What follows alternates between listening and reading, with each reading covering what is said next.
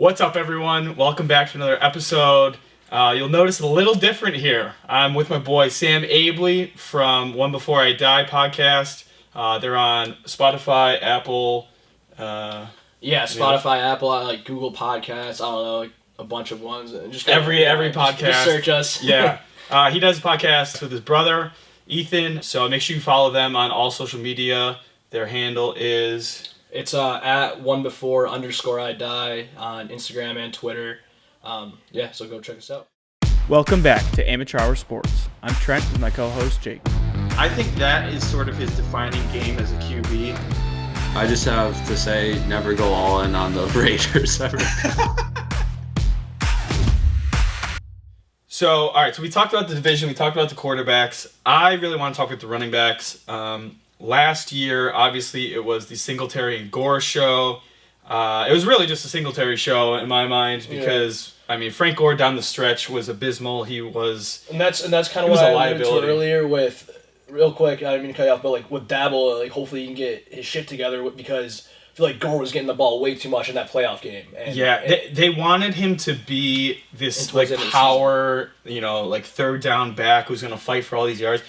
I hate to say it, but he just I don't really hate to say it because it was a fact. It was apparent, but he just had no burst, no jump off the ball. He honestly didn't have too much strength, and I get the guy's a legend.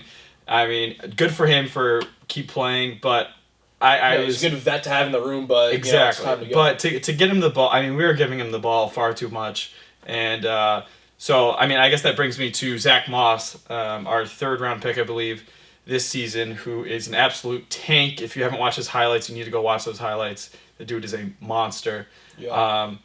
And then Singletary. He had a great season last year. He had 5.1 yards per carry, which is just incredible. And I think Dable didn't get him the ball nearly enough in a lot of games, especially in the overtime that I can think of the playoff game, and a lot. So, but now we have, I think, a two-head monster where we got Singletary's a shifty side-to-side guy, and then Zack Moss is the ground and pound, definitely between the tackles guy. But this is where I told you earlier, I teased my take. Yeah. I really, really like Zack Moss. I think he has so much explosion. He runs really angry, and I wouldn't be surprised if he ends up having more carries than Devin Singletary down the stretch. Okay. And becomes our number one back. Okay, I can see that. I like that. I'm not going to disagree with you there. I could see him. Like you said, watch his highlight tape and you'll see him be explosive. I kind of have a counter take to that where it's not really, I guess, against that or anything, but I also think he's going to have more receptions than Singletary. Yeah. I think that he's a low-key, like you said, he's a guy that can run through the tackles. He's a power guy. But if you also watch his tape and his skills that he brought to Utah, dude, he can go over the middle, run a 6 slant route, catch it, and keep going. He's really underrated. He's very underrated, I think, out of the backfield catching the ball. That's why I think it's going to be such a good tandem, is because I think Singletary can do both of those as well. But I think they both can do both. But I think that Singletary might be a little bit better on the edge when it comes to a run or a sweep. Yeah. But then Moss can pound it up the middle, but they both can catch the ball. So, hey, put them both in the backfield for a formation. You have no idea what's coming for you. Yes. I think that both you and I, too, before the draft started, we were when I was watching your videos and stuff, I think we were kind of on the same page where we both like the two-headed monster idea in the NFL. When you look at these sick offenses, you look at the Chiefs with Kareem Hunt and they had some other sick running back. They still have Damian Williams, I think. Yeah, Williams. Yeah. The Browns even, they had I know they had their struggles, but they still had Kareem Hunt and Nick Chubb. Sorry, Hunt's on the freaking Browns now, not the Chiefs. But you look at these teams that have the two-headed running backs, and you can throw so many different angles at them, and it just works that way. So I think we were both on the same page where we wanted another guy to get in the mix. Yeah. Yeah, definitely. And I think, Zack Moss was the perfect pick for them. He brings an element that, again, Frank Gore is extremely lacking last year, and I think he's going to, he's definitely going to get a lot of third down carries and a lot of goal line carries, which is great. The guy's a freaking tank. But like you said, I actually really I like him out of the backfield receiving, but I really like those two together paired with Josh Allen back there. I think I was watching Zack Moss's highlights from college, and I saw that they used him and another back a lot with their quarterback, like a pistol formation or something, just them on both sides, and I mean that opens up a whole like different game than we had last year, and and then you also people forget. I feel like that.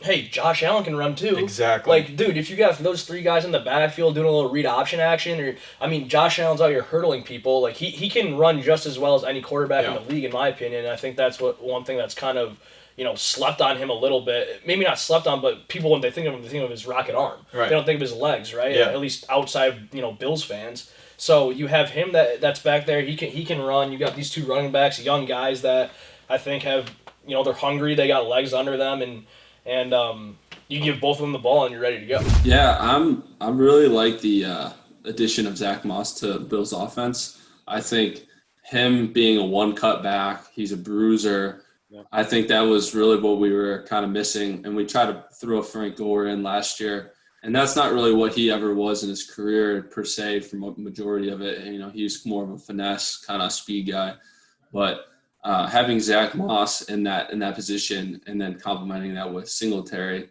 it's going to be a two-headed monster. And we had that big discussion last year, like how successful the 49ers were with having those three backs, and we only have two. But Zack Moss, I think, just having that power back, it makes you respect like the offense. Like you have to. When Zack Moss is in and it's like 3rd and 3, 3rd and 4, where it's like, is it going to be a pass or is it going to be a run? Well, now you actually have to really respect that it's going to be a run. Like we have the ability to give the ball to a guy who's going to bruise through. It's not like Singletary couldn't do that, but Zack Moss is going to be the guy who commands like, all right, he's in, like we need to change our personnel. And that's going to impact a lot on defensive coaches coming against us, trying to game plan against our offense, For sure. I really like what you just said about personnel wise for our defensive coordinators. Like if you got a big guy in there like Zack Moss, like you're bringing in different packages. You're definitely bringing in another linebacker. You're not in the running nickel. I mean, you might run nickel, but you're not running like a dime package against Zack Moss. Like he'll just choke over safeties and corners all day. So you definitely got to bring in some meat when you got Zack Moss in the game. Yeah, like you can't take him lightly. Like and I'm talking like that 3rd and 3, 3rd and 4, 3rd and 5. You're like, oh, this team will never run the ball. Well, I definitely think the Bills are a team that they're like, all right, you don't think we can run the ball? We'll just give it to Zack Moss and run it up there. Yeah. And then that just helps Josh even more with play action passes in the future. And just going back to the receiving aspect, one thing that we talk about Josh Allen's like his completion percentage all the time. Think about how often, though, he was taught to, like, check down. How many times did he check down to either of the running backs or, like, not that frequently? No. And I think that falls a lot on Daboll for not, scheming it up where, Josh has those reads to the running backs or they're going out for passes more. So I think maybe that's a, like, sneaky thing to look out for this season is Josh checking down more, using his running backs. Let these guys get in space. Let Singletary make three guys miss and get a first down.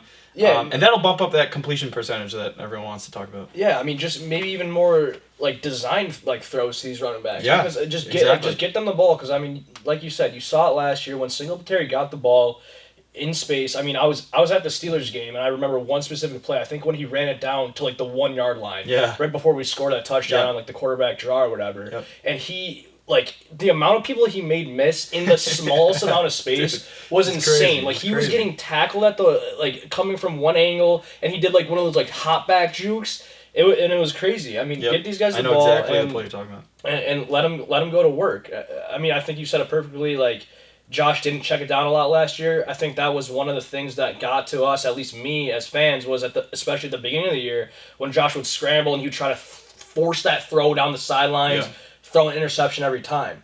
And I know that checking the ball down, for a lot of people it's not the greatest thing to watch, especially in. For Bills fans, our past memory when you have Trent Edwards back there, and that's all he did. Right. But that's not the problem with Allen. He still throws the ball downfield. It's just sometimes, when you have Singletary there, give him the ball because everybody's looking downfield.